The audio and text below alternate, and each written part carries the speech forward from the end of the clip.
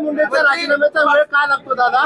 धनंजय मुंडेला पाठीशी कोण घालतो? नेमका धनंजय मुंडेला कुठल्याही चौकशीमध्ये उद्याच्याला तुमच्यावर आरोप झाला की तुम्ही अमुक अमुक केसमध्ये दोषी आहे, तर आज SITची चौकशी चालू आहे, आज CIDची चौकशी चालू आहे, आज न्यायालयाच्या तिथं चौकशी चालू आहे.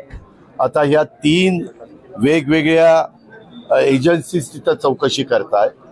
त्याच्यातून स्वतः राज्याच्या मुख्यमंत्र्यांनी सांगितलेलं आहे की ही चौकशी करत असताना जो कोणी दोषी असेल, जो कोणी त्याच्याशी संबंधित असेल, ते तिथं सिद्ध झालं, लक्षात आलं, तर त्यांच्यावर ताबडतोब कारवाई केली जाईल. एक मिनिट माझ्या त्या संदर्भामध्ये मी देखील देवेंद्रजींना भेटून सांगितलेलं आहे की या संदर्भामध्ये पक्ष वगैरे न बघता जर कोणी वरिष्ठ लेवलला काम करणारे व्यक्ती त्याच्यामध्ये दोषी असतील तर कुणाची गय करण्याचं कारण नाही. मुख्यमंत्री म्हणले मी त्याही मताचा आहे. त्यामुळं चौकशी चाललेली आहे.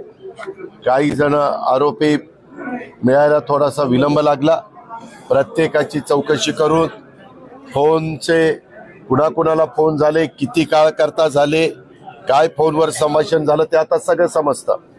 त्या सगळ्याचा अतिशय बारकाईनं, कारण अशा प्रकारच्या घटना या महाराष्ट्रामध्ये आम्ही लोक अजिबात खपवून त्या ठिकाणी घेणार नाही. ही निगूढपणे झालेली हत्या आहे. त्याच पद्धतीनं तितक्याच गांभीर्याने यामध्ये सरकारने लक्ष दिलेलं आहे.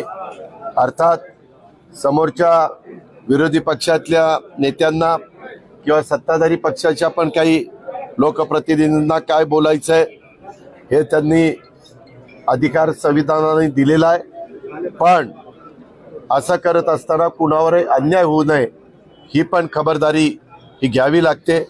मी आज आपण प्रश्न विचारल्यावरून पुन्हा एकदा आपल्या मार्फत महाराष्ट्रातल्या जनतेला सांगतो, कुणालाही माझी आजपर्यंत कामाची पद्धत अनेकांना माहिती आहे. यामध्ये आम्ही आणि मुख्यमंत्री जो दोषी असतील त्यांना अजिबात पाठीशी घालणार नाही. त्यांना कडक मधली कडक सजा केली जाईल आणि एक वेगळ्या प्रकारचा मेसेज महाराष्ट्रामध्ये दिला जाईल. मुख्यमंत्र्यांनी 100 दिवसांचं प्रगती पुस्तक केलेलं आहे.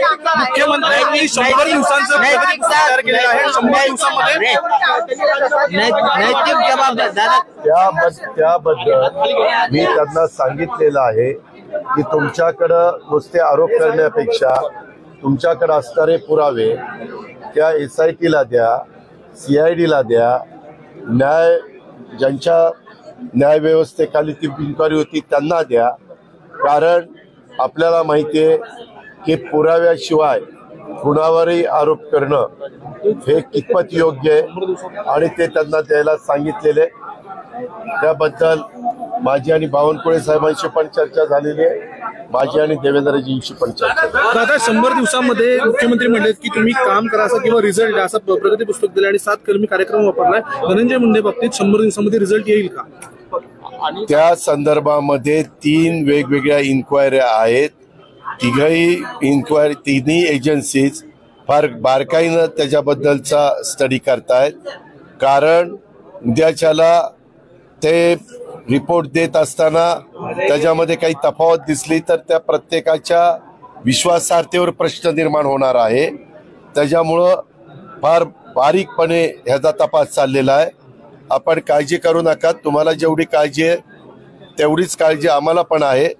आम्ही पण असं शिवशाहू फुले आंबेडकरांच्या महाराष्ट्रामध्ये असल्या घटना खपवून घेणार नाही. आणि आज आमच्या सरकारमध्ये आम्ही असल्यामुळं आमची जबाबदारी ह्याच्यात जास्त आहे. आम्ही ह्याच्यात राजकारण पण आणून देणार नाही आणि आम्ही ह्याच्यामध्ये कुणालाही पाठीशी घालण्याचं काम पण करणार.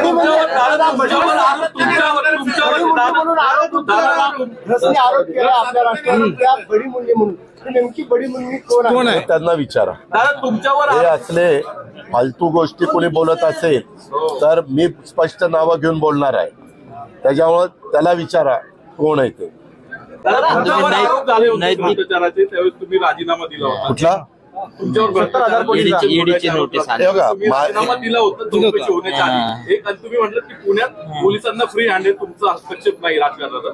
बीडमध्ये तो हस्तक्षेप होतो, त्यामुळे मुंडेंचा राजीनामा घ्यावा असं म्हणून त्याच्यामध्ये 3 एजन्सीज इन्क्वायरी करतायत, CID करताय, SIT करताय. आज सगळ्या देशांनी आणि राज्यांनी याची गंभीरतेनं नोंद घेतलेली आहे. ह्याच्यात तुम्ही अजिबात काळजी करू नका. अजिबात कुणाला तिथं मोकळं सोडलं जाणार नाही. फक्त त्यांचे पुरावे, त्यांचे तिथं फोनवर झालेलं संभाषण किंवा जे आरोपी सापडलेले आहेत त्यांना कुणी सांगितलं हे दुष्कृत्य करण्याच्या करता, ह्याचा पुरावा तर पाहिजे ना.